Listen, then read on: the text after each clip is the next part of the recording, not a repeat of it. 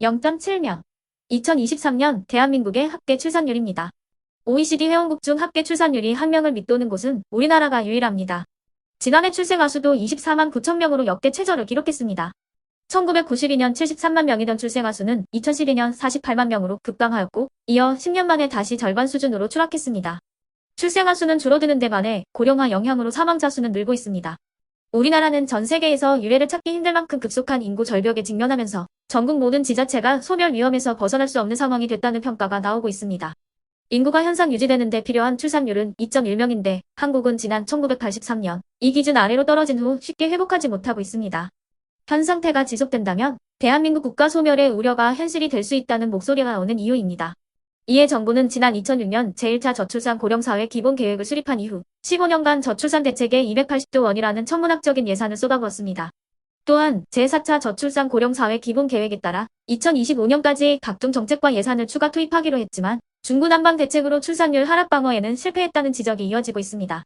실제 전국의 약 30% 규모의 신생아가 태어나는 경기도의 출산율도 매년 감소해 0.8명대로 내려오면서 더 이상 소멸 안전지대가 아닌 것으로 나타났습니다.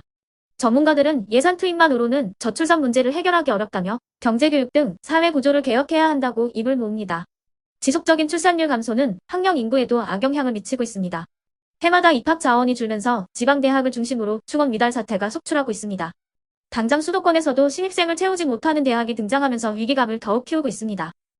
한국은 끝났다. 일본의 경제지 머니원이 한국 경제 성장이 정점을 찍고 내리막길을 걷고 있다는 이른바 피크 코리아론을 제기했습니다.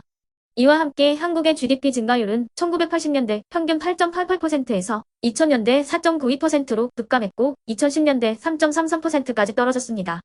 그리고 2020년대에는 1.9%까지 추락했다고 지적했습니다.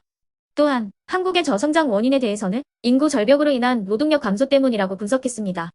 아울러 저출산 고령화의 신화가 생산 연령 인구의 급감을 가져왔다고 진단했습니다. 그러면 지금부터 잠시만 주목해 주시기 바랍니다.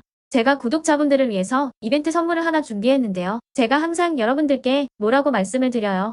뉴스만 평소에 잘 챙겨보셔도 돈이 된다, 돈을 벌 수 있다라고 말씀을 드렸는데요. 자, 여러분들 여기 보시는 정치권 뉴스 총선 관련 뉴스를 보게 되면 여러분들은 어떤 생각이 드세요? 그냥 뉴스만 보고 끝내는지 아니면 이 뉴스를 어떻게 이용할 수 있는지 이 부분을 고민하고 계시는지를 되물어보고 싶습니다. 그 이유가 뭐냐면요. 제가 지난 10월 초에 여러분들께 뭐라고 말씀을 드렸죠? 지금은 이스라엘 하마스 전쟁 관련주에 관심을 가져야 한다. 뉴스만 보고서 절대 그냥 넘기지 마시고 투자 쪽으로 생각을 한번 해보셔야 한다라고 말씀을 드렸습니다. 그리고 나서 이런 썸네일들을 뉴스를 통해서 많이 보셨을 텐데요. 이런 이스라엘 하마스 전쟁이 이슈가 됐을 때 부자들은 어떻게 생각한다고 했나요? 전쟁 관련주는 뭐가 있는지, 어떤 종목이 가장 좋은지, 어디에 투자해야 돈이 몰리는지 자연스럽게 생각한다고 제가 말씀을 드렸죠. 부자들이 봤을 때는 이슈가 곧 돈으로 이어지고 그 이슈가 나에게 돈을 벌어준다는 경험적 확신이 있기 때문에 부자들은 항상 이런 사회적 이슈를 관심있게 챙겨본다. 이렇게 제가 말씀을 드렸는데요. 이번에도 마찬가지입니다. 제가 지난번에 시청자분들과 함께하는 주식으로 수익 내기 이벤트를 진행했었는데요.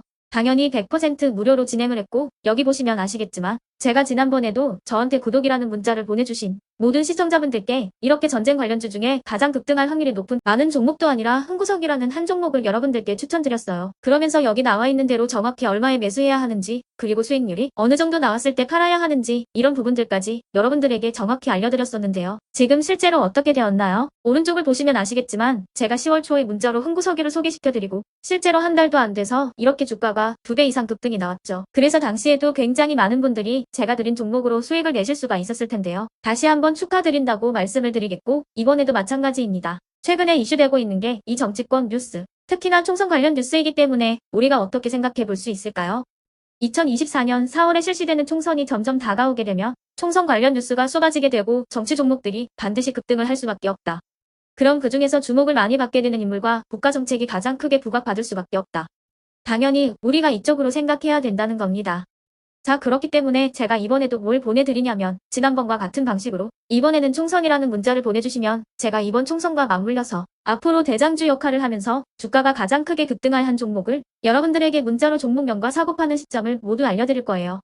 그래서 여러분들이 주식으로 돈 버는 연습을 해보시라 이렇게 말씀을 드리겠고 혹시라도 나는 주식을 하지 않는다 하시는 분들은 주변에 주식하시는 분들에게 추천을 해주셔도 되고 아니면 연세가 있으셔서 투자가 어렵다 하시는 분들은 이 종목을 가지고 자녀분들에게 한번 사봐라. 주식으로 한번 수익을 내봐라. 이렇게 조언을 해주실 수도 있는 거겠죠.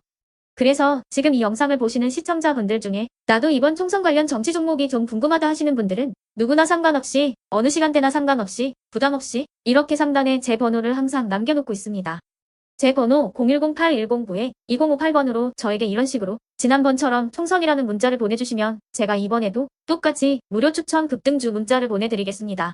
이해되시죠? 010-8109-2058번으로 총선이라고 문자를 보내주시면 여러분들이 직접 이슈를 통해서 돈 버는 연습을 해보실 수가 있는 거고 제가 돈을 받는 것도 아니고 투자를 대신해 드리는 것도 아니니까 부담 없이 신청해 주시면 되는 겁니다. 그리고 수익이 나면 저는 다른 것은 바라지 않습니다. 제 채널에 구독, 좋아요 하나만 눌러주시라 이렇게 말씀을 드리겠습니다.